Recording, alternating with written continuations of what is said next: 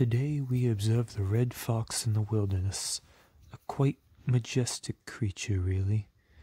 It seems to be on the hunt for something, possibly some prey. And there it goes, in for the dive, for the kill. And, oh no, he seems to have come up empty. Wait, he's at it again. And... ha! Looks like he caught some wild turkey breast wrapped in tinfoil?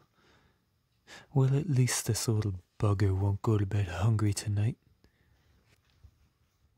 Now it looks like the fox is burning off some nighttime energy after his feast, zipping around the forest like a mad hound.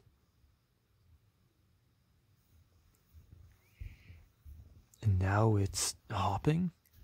Well, this fox is clearly bonkers. Go home, you big little fuzzball.